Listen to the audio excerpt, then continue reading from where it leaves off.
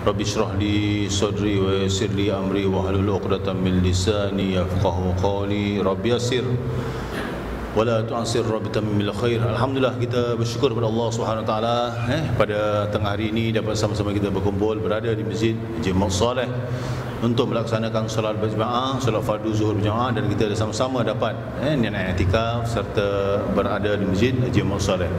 Mudah-mudahan segala amal ibadah yang kita kerjakan ini diterima oleh Allah Subhanahu wa taala. Alhamdulillah, kita bersyukur kepada Allah Subhanahu wa taala di mana Allah Subhanahu wa taala telah memilih kita sebagai seorang yang beriman dan juga Islam. Dan Allah Subhanahu wa taala mudah-mudahan menjadikan kita orang yang sentiasa dapat memberi sumbangan kepada ajaran Islam yang dibawa oleh Nabi Muhammad sallallahu alaihi wasallam. Itulah salah satu daripada usaha yang murni yang dibawa oleh Rasulullah SAW sehingga Islam itu tersebar luas hingga ke pelosok dunia. Seperti mana Allah tegaskan dalam Quranul Karim, wa ma arsalnaka illa rahmatan lil alamin, dan aku tidak utuskan kau wahai Muhammad melainkan menjadi rahmat bagi sekalian alam. Maka kalau kita lihat Islam bermakna patuh dan menyerah diri kepada Allah Subhanahu wa taala atau kepada perintah Allah Subhanahu wa taala. Itu bermakna maksud Islam itu sendiri. Secara terminologi atau kita sebut sebagai makna Islam tadi, ia berasal daripada bahasa Arab aslama. Aslama maknanya bermakna aman, damai dan juga harmoni. Jadi kalau kita lihat Allah Subhanahu wa taala mempunyai salah satunya sifat as-salam, bermakna membawa kedamaian. Jadi orang yang beriman kepada Allah Subhanahu wa taala, kalau kita lihat, akan mengamalkan apa yang telah diperintahkan dan meninggalkan segala larangannya. Itu sebagai disebut sebagai seorang muslim. Jadi muslim adalah pembawa kedamaian kepada diri sendiri dan juga kepada masyarakat di seluruh alam semesta ini. Itu yang kita faham tentang Islam itu sendiri. Ini sesuai dengan hadis Nabi Muhammad sallallahu alaihi wasallam, yang maksudnya seorang muslim tadi adalah seorang yang daripada tangan dan juga lidahnya semua orang akan menikmati keamanan dan kedamaian, ini keselamatan. Yang hadis ini telah diriwayatkan oleh Imam Bukhari. Jadi muslim tadi membawa kepada kedamaian daripada lidah dan juga tangannya. Dia tidak akan menyakiti, dia tidak akan membawa kepada masalah kepada saudara yang lain. Dan kalau kita lihat, inilah agama yang dibawa oleh Nabi Muhammad sallallahu alaihi wasallam. Jadi kalau kita lihat contohnya, amalan memberi salam dalam Islam sebenarnya adalah mendoakan kedamaian atau kesejahteraan kepada saudaranya. Ini sebenarnya kefahaman yang perlu kita tanamkan tentang salam yang kita ucapkan tadi. Sebenarnya kita mendoakan kesejahteraan.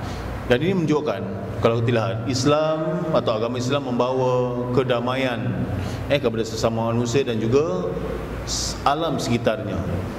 Kenapa? Kita tahu bahawa sungguhnya Allah Subhanahu wa taala menjadikan kita selaku umat Nabi Muhammad sallallahu alaihi wasallam tadi adalah untuk rahmat bagi sekalian alam.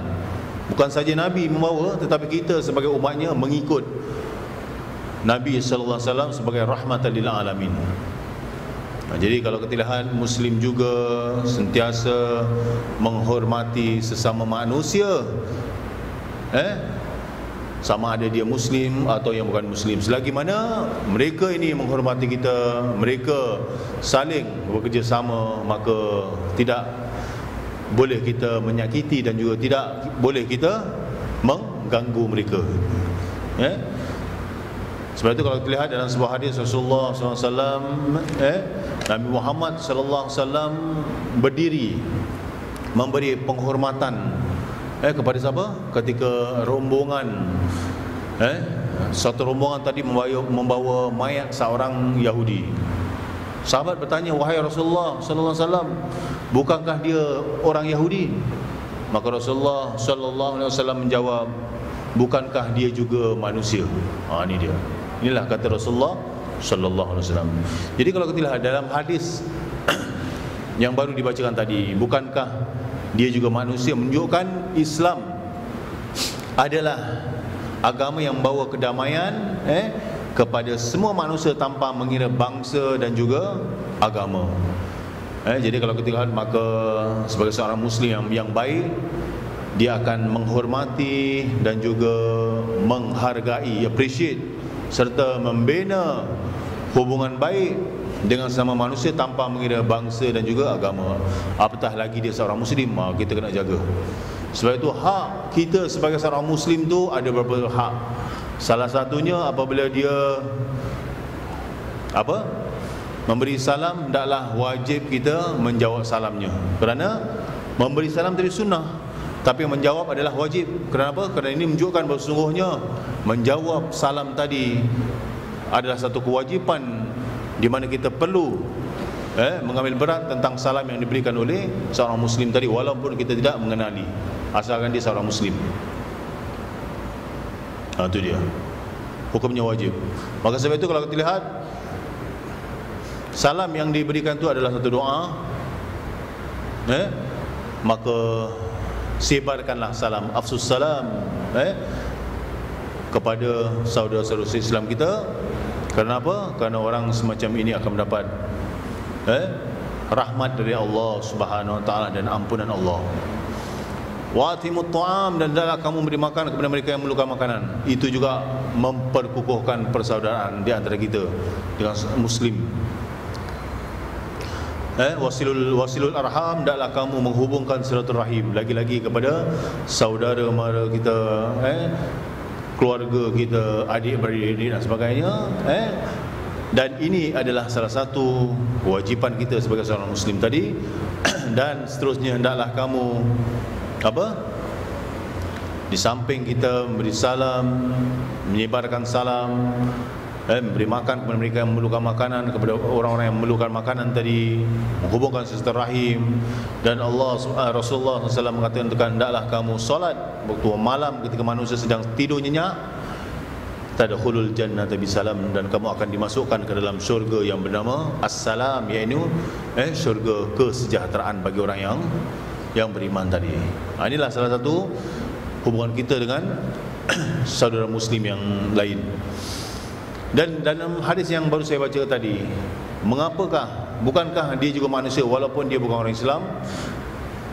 Ini menunjukkan agama Islam adalah agama yang membawa kedamaian kepada semua manusia tanpa mengira bangsa dan agama. Maka bagi seorang Muslim tadi, atau Muslim baik, akan menghormati dan menghargai serta membina hubungan baik dengan semua manusia tanpa mengira bangsa dan agama.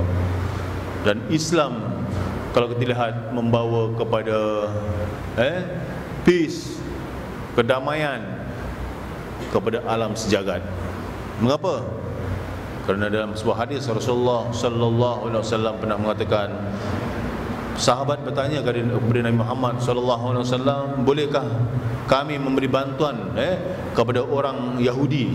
Kata para sahabat tadi. Maka Rasulullah SAW mengatakan, boleh. Bukankah mereka juga adalah makhluk Allah, dan Allah akan menerima sedekah kita? Nabi Muhammad SAW menjawab sambil memuji sifat sahabat tersebut. Ini kalau kita lihat dari sudut Islam membawa kedamaian kepada alam sejagat.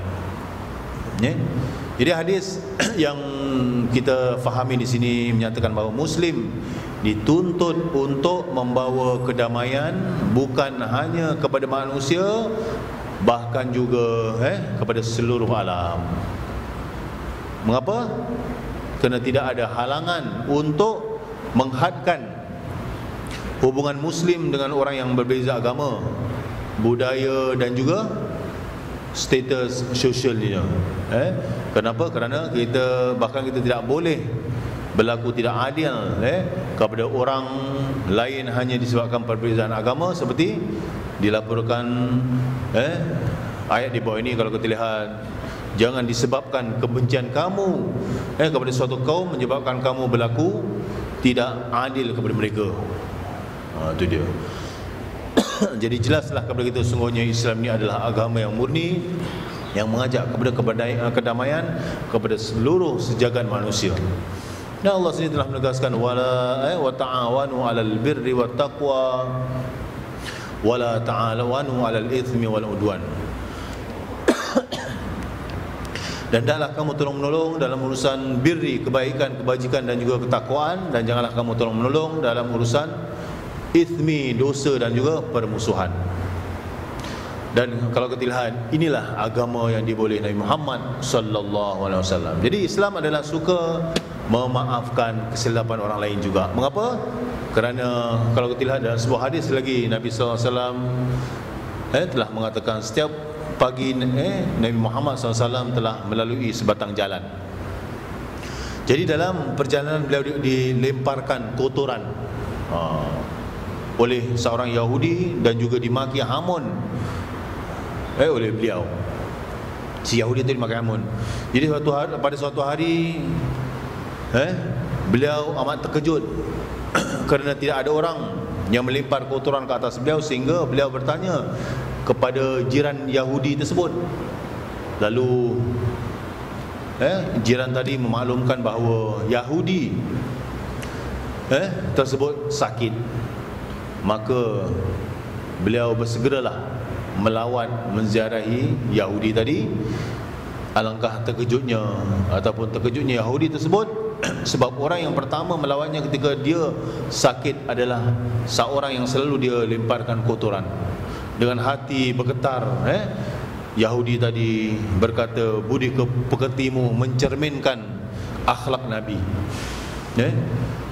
Maka kata Yahudi tadi, aku bersaksi bahawa tiada Tuhan melainkan Allah dan engkau adalah utusan Allah. Dia pun memeluk agama Islam. Inilah salah satu daripada akhlak Nabi Muhammad sallallahu alaihi wasallam kepada mereka yang melakukan kesalahan, dan Rasulullah tidak membalas dengan kejahatan tadi. Dan kalau kita lihat, agama Islam juga adalah agama yang toleransi kepada penganut agama lain. Kalau kita lihat pada suatu hari 60 Nasrani tiba di Madinah. Ini berlaku di zaman Rasulullah SAW di Madinah. Jadi pada waktu asar mereka masuk ke Masjid Nabawi tempat beliau berada, ini Nabi Muhammad SAW tinggal.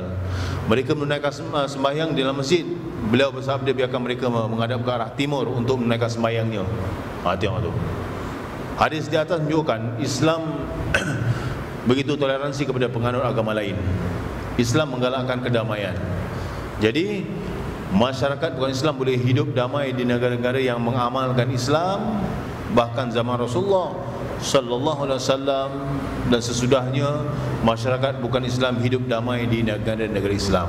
Kerana Islam tidak menghalang mereka yang mengamalkan agama mereka, asalkan mereka tidak mengganggu ketenteraman umat Islam itu sendiri. Inilah Islam sebagai agama toleransi kepada penganut agama yang lain. Dan kalau kita lihat juga, agama Islam menggantikan kejahatan yang saya sebut dengan kebaikan selepas bertaubat. Ini kalau kita lihat, kita baca dalam surah Al-Furqan, bahkan kedamaian dan juga keselamatan dalam Islam dinyatakan oleh Allah Subhanahu Wa Taala dalam ayat yang di bawah, kecuali yang menyatakan di bawah ini, kecuali orang-orang yang bertaubat, yang beriman dan mengerjakan amal soleh, maka kejahatan mereka diganti Allah dengan kebajikan. Jadi orang yang sudah menganut agama Islam, mungkin dahulu dia jahat, tetapi Allah menggantikan dengan kebaikan. Kenapa? Menerangkan bahawa sesungguhnya sesiapa yang bertaubat daripada kejahatan dengan meninggalkan kesesatan dan menuju kepada kebajikan, maka semua dosa yang pernah dilakukan oleh mereka, maka Allah SWT gantikan dengan kebaikan. Ini bagi mereka yang bukan Islam lah, yang telah menganut agama Islam. Jadi agama Islam tidak pernah melihat apa yang pernah dilakukan seorang selepas dia bertaubat. Sebab Allah Maha Pengasih lagi Maha Penyayang. Sama juga kita, kalau kita dulu mungkin nakal, degil dan sebagainya, jangan kita buat ceritakan orang, oh dulu aku gini, dulu aku gini. Tak payah ceritakan orang. Bila kita dah taubat, tutup kes.